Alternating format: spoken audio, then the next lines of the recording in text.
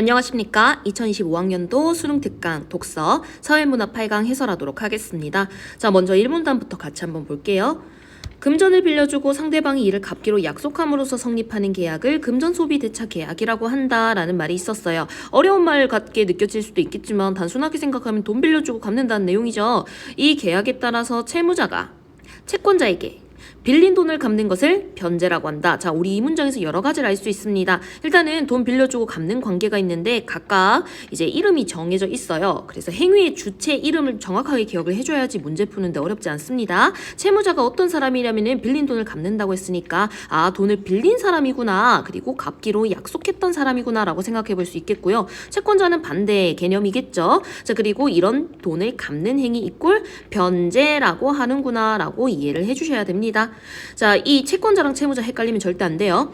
채무자가 한 채권자에 대해 같은 목적의 여러 채무를 갖거나 원금 외에 이자나 변제에 드는 비용을 지급해야 하거나 갚는 행위로 채무 전부를 소멸하게 하는데 부족한 경우 어느 채무를 먼저 갚을지 정해야 된다라는 말까지 한번 읽어봤습니다. 자, 여기서 우리가 알 수 있는 거는 채무자에게 여러 가지 문제 상황이 발생할 수 있다라는 거예요. 그래서 케이스별로 나눠봤거든요. 먼저 첫 번째, 여러 채무를 갖는 경우예요. 자, 채권자에게 채무자가 돈을 빌렸어요. 그런데 여기서 돈을 빌린 게 채무 1, 채무 2, 채무 3 여러 개를 빌렸다 아니면 여러 개의 채무 관계가 있다라고 볼 수가 있겠죠. 자, 두 번째 케이스는 원금 외에 이자나 변제에 드는 비용까지 지급해야 되는 경우라고 이야기를 했습니다. 자, 갚아야 될 금액이 원래 빌렸던 돈 그 자체뿐만 아니라 이자도 그리고 변제도 갚아야 된다. 미안해요. 이자랑 변제에 드는 비용이죠. 그래서 이자 그리고 비용까지도 갚아야 된다라는 거를 제시하고 있었습니다.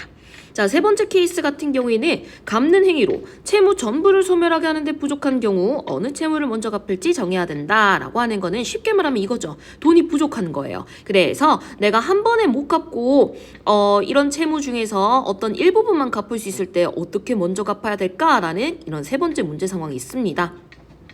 만약에 채무자가 채권자에게 여러 채무를 가진 상황에서 돈을 한꺼번에 갚을 수 없다면 자, 이게 케이스 1의 상황이죠. 같은 색깔로 색칠을 했어요. 그럴 경우에는 어떻게 해야 될까? 오케이. 그러면은 채무 1, 채무 2, 채무 3 이렇게 있는데 어떤 순서대로 갚아야 될까? 채무 3 먼저 갚고 채무 1부터 갚고 이런 식으로 순서를 정해야 되겠다. 이 말인 거지. 자, 그래서 채권자와 채무자의 합의가 있다면은 나 이거 먼저 갚아줘. 그래, 좋아. 이렇게 합의가 있다면은 이에 따라서 돈을 특정 채무의 변제에 충당할 수가 있습니다. 자, 여기서 변제 충당이란 말 이해를 해주셔야 돼요. 돈 갚는데 사용한다라고 이제 간단하게 바꿔서 생각해 보겠습니다. 자, 그런데 문제는 뭐냐면 합의가 없는 상황이겠지. 합의가 없고 채권자와 채무자 모두 의사표시를 하지 않은 경우 그러면 어떻게 하자라고 하는 의견이 없는 경우에는 법으로 정해진 규정에 따라서 돈을 갚아야 된다. 그런 순서가 결정된다라고 볼 수가 있겠습니다. 자, 그러면은 1문단 정리하고 2문단 바로 갈게요. 법률 규정에 따르면 첫째, 이 행기가 도래하지 않은 채무와 도래한 채무 중에 도래한 채무의 변제에 돈을 충당한다라는 말이 있어요. 자, 이거 쉽게 생각하면 이런 거죠. 이 행기라고 하는 거는 행동을 해야 되는 시기라고 볼 수가 있어요. 그러니까 변제해야 되는 시기. 뭐월 뭐시까지 갚아라고 하고 그래 갚기로 했어. 이렇게 약속을 한 상황이라면은 뭐월 뭐시가 이 행기가 되겠죠. 자, 근데 그게 이미 지난 채무가 있을 거고 지나지 않은 채무가 있을 겁니다. 그러면 어떻게 해야 된다? 지난 채무, 즉 이 행기가 도래한 채무의 변제 먼저 갚아야 된다라는 뜻이에요. 이걸 쉽게 풀이한 게 그 다음 문장이거든? 예를 들어 갚기로 한 날이 도래하지 않은 채무와 아직 갚을 날이 오지 않은 채무 그리고 갚아야 할 날이 지난 채무 갚아야 될 날이 지난 채무가 하나씩 있다면 당연히 후자겠지. 그래서 후자의 돈을 먼저 충당하는 거다. 먼저 갚는 것이다 라고 하는 게 첫 번째 정리하고 둘째, 채무의 이행기 도래 여부에 차이가 없다면 자, 이게 무슨 소리죠? 도래 여부에 차이가 없다는 거는 요거가 첫 번째 조건으로는 해결 안 되는 케이스라는 거잖아요. 그렇죠. 그러면 무슨 소리냐면은 둘 다 도래했거나 아니면 둘 다 도래하지 않아서 차이가 없는 경우가 있어요. 그러면은 뭐부터 갚아야 되지라고 하는 이 첫 번째 조건으로는 해결할 수가 없는 상황이네요.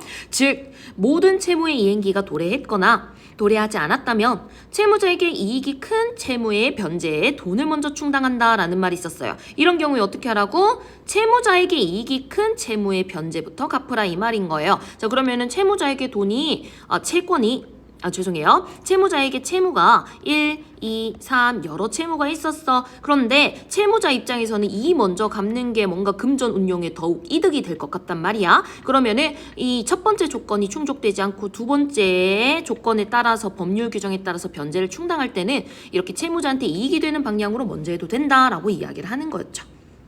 자, 여기서 우리가 알 수 있는 거는 여러 가지 법률 규정이 나올 건데 순서에 따라서 진행되고 있는 거구나라는 걸 우리가 추측해 볼 수가 있어요. 그래서 이렇게 볼 수가 있는 거죠. 먼저 첫 번째 이행기 도래 여부를 파악을 했어. 자, 그래서 모두 도래했거나 또는 모두 도래하지 않은 상황인 거예요. 자, 그러니까 차이가 없는 상황이죠. 이렇게 첫 번째 조건으로 차이가 안 되는 상황에서는 두 번째 법률 규정을 적용시켜서 채무자의 이익이 큰 것부터 진행시켜라 라고 하는 다음 규정이 적용된다 이 말입니다. 여기까지 이해됐나요? 자, 계속 한번 읽어보겠습니다. 만약 채무자가 대출금리가 다른 여러 채무를 갖고 있다면은 대출금리가 높은 채무를 먼저 갚는 것이다 라고 적혔습니다. 자, 대출금리는 쉽게 말하면 이자죠. 그래서 채무자에게 채무 1, 2, 3 이렇게 등등등 있는데 채무 1 같은 경우에는 5%의 이자를 내야 되고 2 같은 경우에 10%의 이자를 갚아야 되고 3 같은 경우에는 5%의 이자를 갚아야 돼요. 뭐가 금리가 제일 높죠? 채무 2가 금리가 제일 높죠. 그런데 비율이 채무 1 100만 원, 채무 2 100만 원, 채무 3 100만 원 등등등등 이렇게 차이가 없는 상황에서 얘가 계산을 굴릴 거야. 짱구를 굴릴 거야. 그러면은 뭘부터 먼저 갚는 게 좋을까 생각을 해봤더니 요거 먼저 갚는 게 아무래도 이자가 더 불어날 위험이 없는 것 같은 거예요. 자, 그러면 어떻게 한다고? 채무자한테 이익이 큰 채무의 변제의 돈을 먼저 갚을 수 있게 이렇게 한다라는 거였습니다. 자, 그래서 두 번째 조건까지 한번 봤어요. 자, 그러면 세 번째 법률 규정은요. 셋째, 대출금리 등 변제로 인한 이익이 같은 상황에서 자, 이것도 뭐죠? 요 상황이죠. 그래서 두 번째로도 해결이 안 된다면은 다음 조건을 적용시켜라 이렇게 되는 겁니다. 자, 그러면은 이런 경우에서는 채무의 이행기가 모두 도래했거나 모두 도래하지 않은 경우가 있겠지. 자, 이거 무슨 소리냐면은 우리 첫 번째 이행기 도래 여부를 파악했었잖아요. 그때 차이가 없는 경우에 우리가 두 번째 조건 적용시키기로 했는데 차이가 없다라는 건 이행기 도래가 모두 도래됐거나 모두 도래하지 않아서 차이가 생기는 거였지. 자, 그렇고 난 다음에 이제 여기서 차이가 없으면은 요거 다시 가지고 오겠다 이 말인 겁니다. 자, 그래서 도래하지 않은 경우 이행기가 먼저 도래했거나 도래할 채무의 변제에 돈을 먼저 충당한다라는 말이 있습니다. 자, 쉽게 말하면 이거예요. 모두 도래한 상황을 생각을 해볼게요. 다른 거 다 차이가 없고 여기까지 이렇게 이제 해결을 할 수 없는 상황이면은 모두 도래한 상황에서 도래해야 될 날짜가 서로 다를 때 먼저 도래될 걸로 예상되는 거 그거 먼저 갚아라 이런 내용이고 모두 도래하지 않았다. 죄송해요. 선생님 반대로 얘기했는데요. 모두 도래하지 않았다? 그러면은 먼저 도래될 걸로 예상되는 거 갚고 모두 도래하였다? 그러면은 이미 제일 먼저 도래됐던 거 갚아야 된다 이 말인 거지. 그러니까 쉽게 말하면 이건 거예요. 이행기간이 빠른 순서대로 갚으라 이 말인 겁니다. 그래서 이행기가 지났건 지나지 않았건 이런 차이가 없는 상황에서 가장 빠른 날짜, 빠른 때 것을 먼저 갚아라 라고 하는 내용이라고 이해를 해주면 되겠습니다. 만약 채무 두 개가 모두 갚을 날이 지났다면 요건 이 상황이지 모두 도래한 상황입니다. 모두 도래한 상황에서 채무자의 이익이 이제 전부 다 동등한 상황인 거예요. 그래서 이걸로 해결이 안 되니까 모두 도래했는 것 중에서도 모두 갚을 날이 지났지만은 갚아야 할 날이 더 오래된 채무 진작에 갚았어야 될 것을 갚아야 된다라고 이야기를 하는 내용이었다. 라고 봐주시면 되겠습니다. 자, 그러면은 마지막이에요. 넷째, 이행기 및 이익과 관련된 사항이 같으면 채무액에 비례해서 각 채무의 변제의 돈을 충당한다라는 말이 있습니다.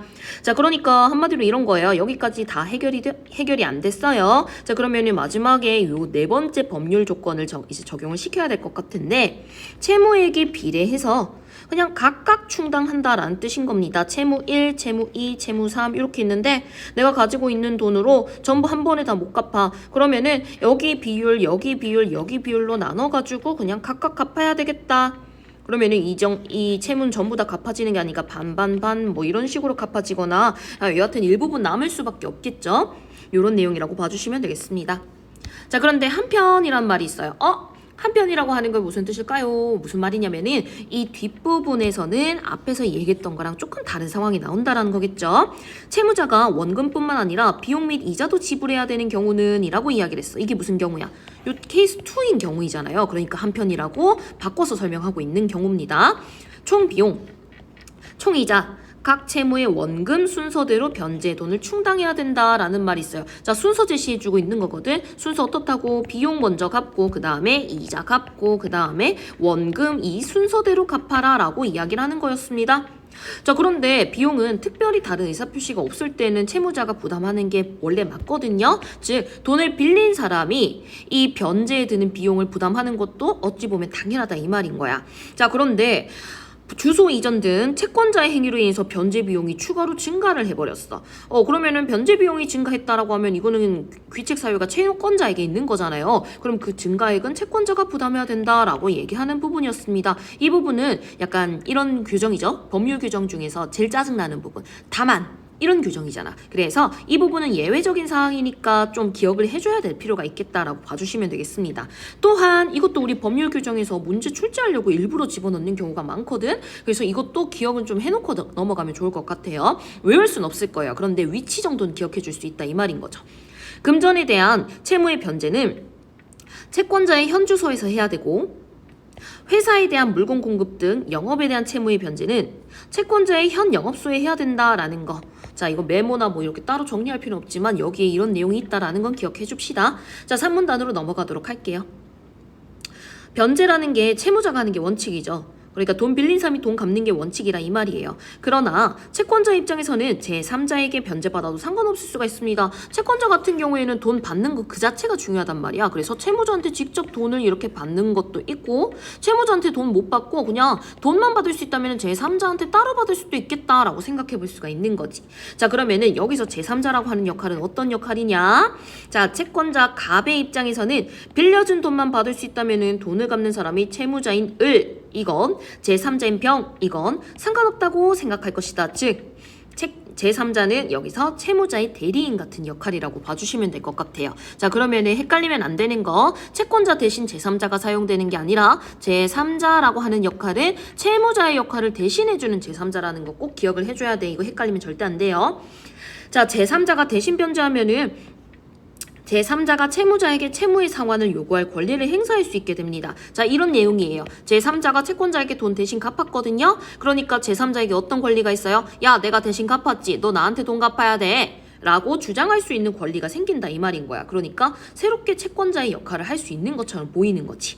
제3자가 대신 변제를 하면 그런 역할이 있고요. 그렇기 때문에 병이 을의 대출금을 대신 갚으면요, 을에게 채권자로서의 권리를 행사할 수 있게 된다 이 말이 뭐라고? 채무자 대리인으로 기능을 했기 때문에 이제 채무자한테 대신해서 돈을 받을 수 있는, 죄송해요. 자, 채권자 말고 채무자는 이제 제3자한테 돈을 갚아야 된다는 뜻이죠. 쉽게 말하면.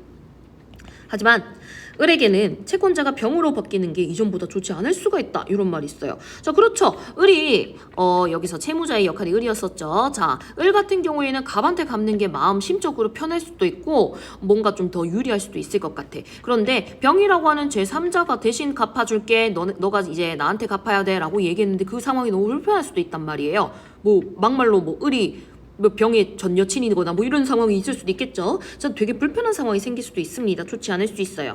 변제 장소, 과정 등에서 갑보다 병에 갚는 게 더 불리하거나 불편할 수 있기 때문이에요. 그래서 제3자는 채무자가 반대하면 대신 변제할 수 없는 것이 원칙이다. 이런 말이 나온 거예요. 자, 다만 채무자가 제3자와 법률상의 이해관계가 있어서 채무자가 대신 변제하는 것이 제3자 자신의 법률상의 이익을 위해서 필요하면 채무자의 동의 없이도 변제할 수 있다. 자, 다만이란 규정은 항상 문제 출제하려고 집어넣는 부분이라고 생각해줘야 돼. 그러니까 제3자가 동의 안 구하고 대신 갚을 수 있는 상황에 대해서 이야기를 하는 거야. 원래는 대신 갚으려면 동의를 구해야 되거든요. 자, 그런데 어떤 상황이 가능하느냐? 이 둘의 관계가 이해관계로 얽혀있는 상황인 거예요. 그래서 채무자가 빨리 갚지 못하면 제3자가 손해를 입거나 아니면 이익을 잃을 수 있는 상황이 된다 이 말인 거지. 자, 그런 경우에는 빨리 갚는 게 좋은 거니까 제3자 입장에서는 나의 법률적 이익을 위해서, 이해관계를 위해서 내가 먼저 갚을 거야. 너의 동의는 필요 없어. 이렇게 할 수 있다 이 말인 겁니다. 자, 위에 의해서 을이 채무를 갚지 않을 경우에 병이 대신 갚기로 3명이서 계약을 했대요. 이런 계약은 학생 여러분들은 절대 하면 안 됩니다. 자, 근데 병의 입장에서는 을의 대출 변제가 늦어져서 발생하는 이자를 자기가 대신 부담을 해야 되는 거야. 을이 채무를 갚지 않은 경우에는 내가 대신 갚기로 계약을 했으니까. 그러면 갚지 않는 날이 길어지면 길어질수록 이자는 내가 갚아야 되네. 큰일 났어요. 이런 상황에서는 을의 채무를 대신 갚는 것이 병에게 더 이익입니다. 다른 말로 뭐예요? 법률상의 이해관계가 있다. 그래서 을의 의사와 관계없이 병이 대신 변제할 수 있다라고 하는 상황까지 제시가 되어 있었습니다. 자, 지금까지 이 글을 읽어보니까 약간 이런 느낌이지 않아요? 내용 설명하고 예시 주고, 내용 설명하고 예시 주고. 그래서 여기까지가 조금 부담스러웠다, 내용이 너무 많아서 이해가 안 가요 하는 친구들은 차근차근 핵심 문장들을 찾아보고 핵심 문장을 부가 설명해주는 예시 문장을 통해서 핵심 문장 다시 이해하려고 노력해줘야 됩니다. 자, 4문단 넘어가도록 할게요. 채권자가 아닌 사람을 채권자라고 오인하고 잘못 생각하고라고 하는 뜻이지, 그에게 변제하는 경우가 생길 수도 있어요. 자, 채권자는 아니지만 채권을 상실상 행사하는 자로서 채권자라고 믿게 할 만한 외관을 갖춘 자를 준점유자라고 하는데, 자, 여기서 착각할 만한 요소가 외관을 갖췄기 때문이라고 볼 수 있겠죠. 외관이라는 게 뭐냐면은 권리자인 것처럼 보이게 하는 징표들이래요. 예를 들면 생김새, 신분증. 자, 그래서 예금 채권자가 아닌 사람이 예금 채권자의 도장과 신분증 그러니까 외관을 갖췄네요. 그래서 예금을 인출하는 경우 이 사람을 예금 채권의 준점유자라고 할 수 있습니다. 그래서 이 채권자의 모습을 가지고 있기 때문에 채무자 같은 경우에는 당연히 채권자를 오인할 수밖에 없는 상황이겠죠. 그런데 이때 스스로 나 채권자예요 주장하면서 구라치면서 채권을 행사하는 이뿐만 아니라 채권자의 대리인이에요. 그러니까 저한테 대신 갚아도 돼요 라고 하면서 채권을 행사하는 사람도 준점유자로 볼 수 있다라고 얘기를 합니다. 채권의 준점유자에 대한 변제는 나쁜 의도가 없고 과실이 없는 경우에만 변제로 인정되어 채무가 소멸된다라는 말이 있어요. 자, 여기서 헷갈리면 안 되는 거. 아까 제3자랑 헷갈릴 수가 있거든. 자, 여기서 준점유자라고 하는 거는 돈을 받는 사람이지. 그러니까 채권자의 대리인 행세를 하거나 아니면 채권자처럼 보이는 그런 사람이란 말이야. 자, 그래서 되게 유사한 경우라고 생각을 해주면 될 것 같고요. 채무자가 이 준점유자한테 자신의 돈을 갚는 상황인 거예요. 그러니까 변제를 하는 상황인 거죠. 그러면은 얘가 억울하게 변제를 잘못할 수도 있잖아. 그러면은 채권자라고 잘못 생각하고 변제를 했는데 만약에 이 사람이 채권자가 아니야, 준점유자야. 그럼 채권자한테 다시 갚아야 돼?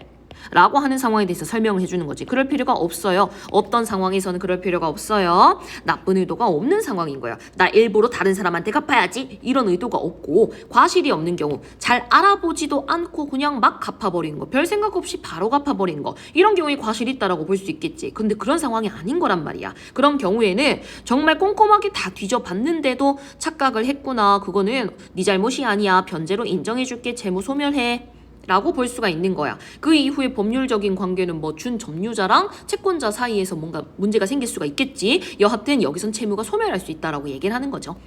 예를 들어 채무자가 준점유자에게 변제할 때 준점유자를 실제 채권자라고 믿고, 그러니까 이거 뭐예요? 나쁜 의도가 없다는 뜻이죠. 그렇게 믿는 과정에서 잘못이 없었다면 과실이 없다는 거죠. 그에게 변제를 하더라도 채무가 소멸된다라고 이야기를 하는 거였습니다.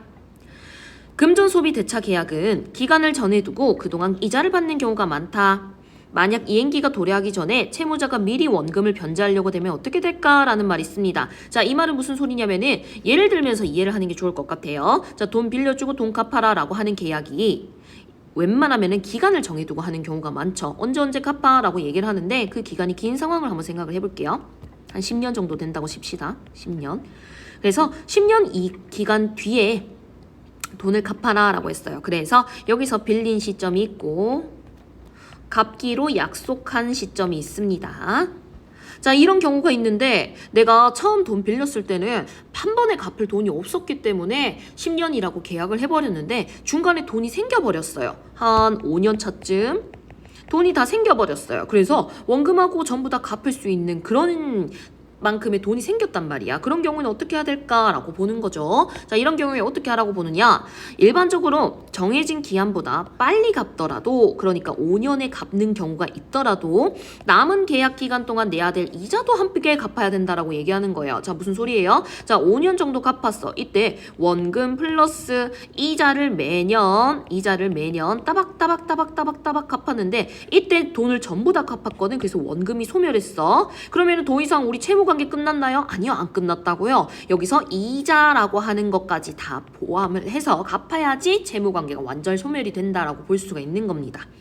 자, 돈을 빌려줄 때는 되게 갚는 기한이 정해지죠. 그러니까 10년이라고 하는 기한 우리가 가정했었죠. 이 기한이 도래하지 않아서 그동안 채권자와 채무자가 받는 이익을 기한의 이익이라고 합니다. 채권자에게도 기한의 이익이 있고요. 채무자에게도 기한의 이익이 있는 상황인 거예요.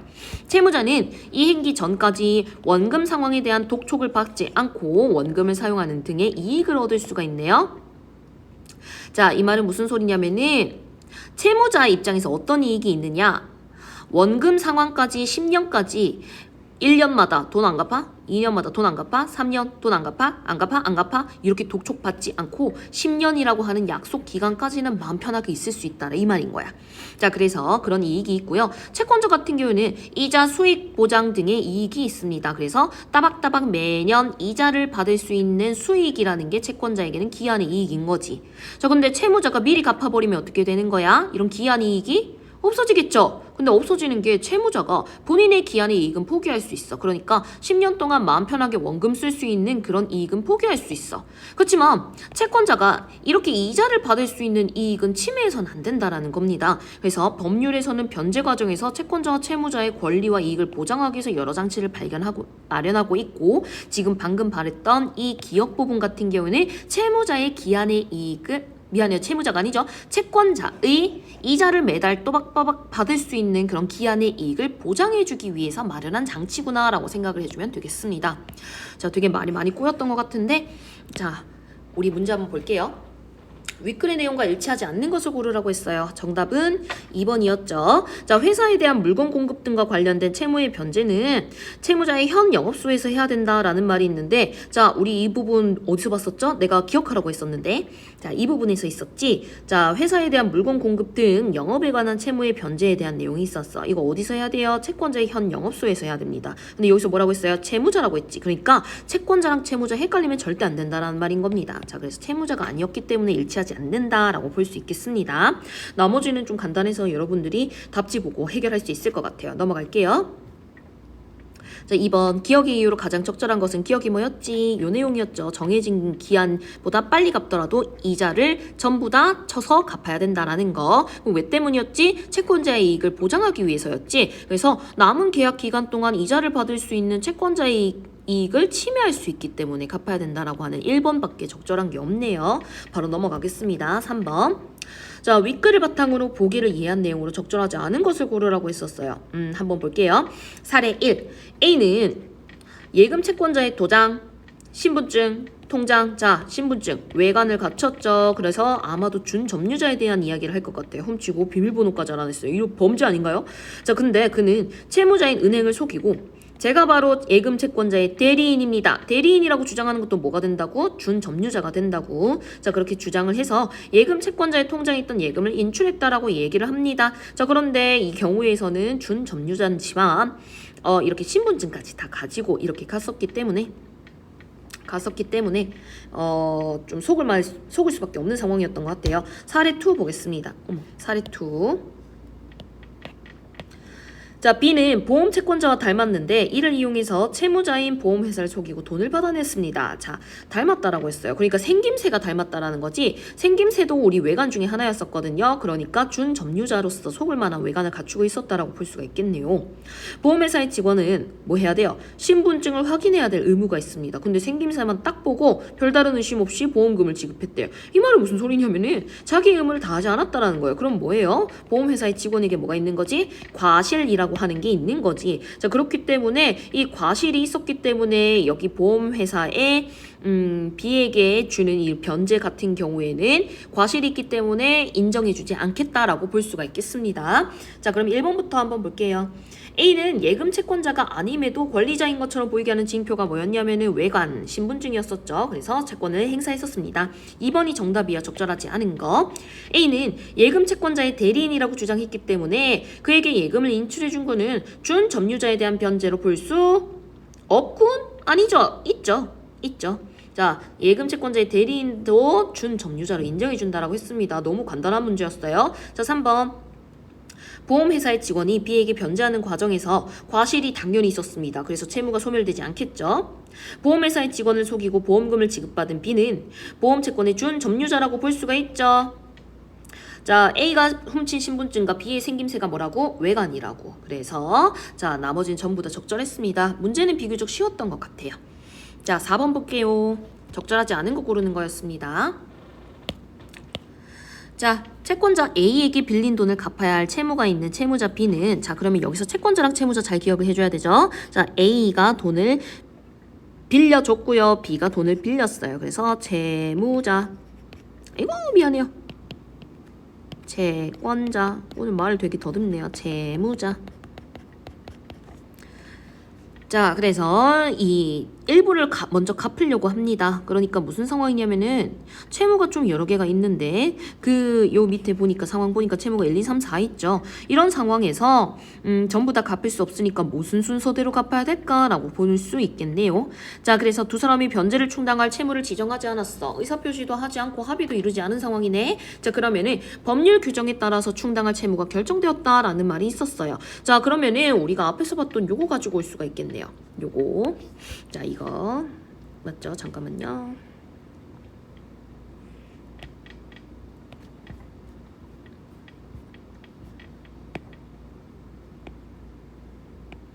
자, 요거 적용시키도록 하겠습니다. 자, 다시 돌아와가지고 원금과 이자를 제외하고 변제에 드는 총 비용은 100만 원이었는데 비용도 있네요. 자, 변제 과정에서 A의 행위로 인해서 변제 비용이 2만 원으로 증가했습니다. A의 행위로 인해서 변제 비용이 증가했대. 자, 그런데 여기서 변제 비용이 증가했을 때 어쩌고 저쩌고 라는 말이 있었는데, 자, 그 상황에서는 변제 비용은 먼저 원칙적으로 채무자가 갚는 게 원칙이라는 게 앞글에 있었습니다. 근데 단 이 경우는 제외라고 했었죠. 채권자의 행위로 인해서 비용이 증가하는 경우에는 채권자가 부담하기로 했었어요. 그러면 200만 원으로 증가를 했었는데, 그렇다면은 채권자인 A가 100만 원 자기 때문에 증가한 거니까 갚아야 되고, 이제 책임을 져야 되고, 비용 중에 발생한 이 100만 원은 원래 있었던 비용인 거잖아. 이거는 채무자가 갚아야 되는 내용이라고 볼 수가 있겠죠. 자, 그래서 각각 담당할 수 있기 때문에 1번은 적절하다 이렇게 볼 수가 있겠습니다. 자, B가 A에게 지급해야 될 총 이자가 1,000만 원이래요. 1,000만 원. 자, 그러면 여기서 총 비용이 100만 원, 그리고 이자가 1,000만 원, 그 다음에 채무가 여러 개, 이렇게 볼 수가 있겠네. 채무 1, 2, 3, 4 이런 상황이라고 볼 수 있는데, 자, 그러면은 이렇게 다양하게 있을 때 무슨 순서대로 갚으라는 말이 여기 있었는데 어디 있었죠? 자, 무슨 순서대로 갚냐면은 총 비용, 총 이자, 그리고 각 채무의 원금 순서대로 변제를 충당하라고 했었습니다. 그러면은 총 비용, 총 이자, 그리고 채무의 원금 순서대로 갚아야 되는구나. 그러면은 돈이 생기는 즉시 100만 원 먼저 갚고 1,000만 원 그 다음에 갚고 채무 갚고 이렇게 해야 된다라고 볼 수가 있겠네요. 자, 그 다음에 채무 1, 2, 3, 4 이렇게 있는데 여기서 순서대로 한번 생각을 해볼게요. 자, 먼저 첫 번째로 적용시켜야 될 법률 규정은 첫 번째 이행기 도래 여부죠. 자, 그러면 도래한 거 먼저 갚아야 된다라고 했었습니다. 도래한 거 뭐죠? 채무 1이네요. 그럼 채무 1을 가장 먼저 갚아야 되는 1순위라고 보면 되겠습니다. 자, 그리고 난 다음에 보니까 채무 2, 3, 4가 남았어. 채무 2, 3, 4의 특 이행기가 아직 남아있다라는 거였습니다. 그러면은 첫 번째 조건으로는 2, 3, 4를 구분할 수가 없겠네요. 그러면 다음 조건, 두 번째 조건을 적용을 시키는 거예요. 자, 그래서 두 번째 조건 같은 경우에는 모두 도래하지 않은 경우에 대해서 생각을 해보면 되겠네. 자, 나머지는 다 이제 이행기 도래 여부에서 차이가 없는 모두 도래하지 않은 상황인데, 이때는 뭐부터 해야 된다고? 채무자의 이익이 큰 것부터 해야 된다고. 채무자의 이익은요, 빌려준 돈을 갚아야 되는 이자를 통해서 알 수가 있겠죠. 자, 그래서 대출 금리를 한번 봤습니다. 대출 금리가 5, 3, 5예요. 근데 5가 똑같네요. 그리고 3은 가장 낮네요. 그럼 대출 금리가 가장 낮은 거는 3이야. 그러면은 이 3짜리인 채무 3을 가장 마지막으로 갚는 게 채무자한테 도움이 되겠지? 제일 이자가 증가하는 정도가 적은 거를 나중에 갚는 게 좋다 이 말인 거야. 자, 그래서 우리가 마지막 순위를 알 수가 있겠습니다. 마지막 순위. 자, 그러면은요, 이제 남은 거는요, 2순위랑 3순위인데 채무 2랑 채무 4를 구분을 좀 해줘야 되겠네요. 자, 그러면 여기까지 해결이 됐어. 그러면은 뭐가 남았느냐? 이행기간 빠른 순서대로 정할 수 있다라고 했었습니다. 자, 모두 도래하지 않은 상황에서 똑같기는 한데 이행기간에서는 또 참 차이가 있네요. 자, 먼저 도래할 걸로 예상되는 게 채무 2지. 그러면 먼저 갚아야 되는 건 채무 2부터 갚아야 된다. 왜냐면 채무사는 아직 미안해요. 2부터 갚아야 된다. 왜냐면 채무사는 아직 2년이나 남았으니까. 이렇게 볼 수가 있겠습니다.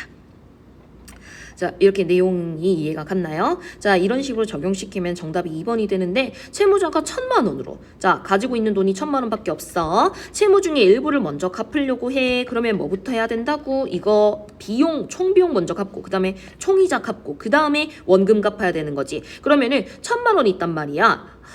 먼저 총비용 갚아야 되니까 100만 원 갚아야 되겠지. 그럼 900만 원 남았지. 그러면은 총이자 1,000만 원 전부 다 못 갚고 100만 원은 남을 수밖에 없다 이 말인 거죠. 그래서 모두 갚을 수 있겠군이란 말이 틀렸기 때문에 적절하지 않다라고 보면 되겠습니다.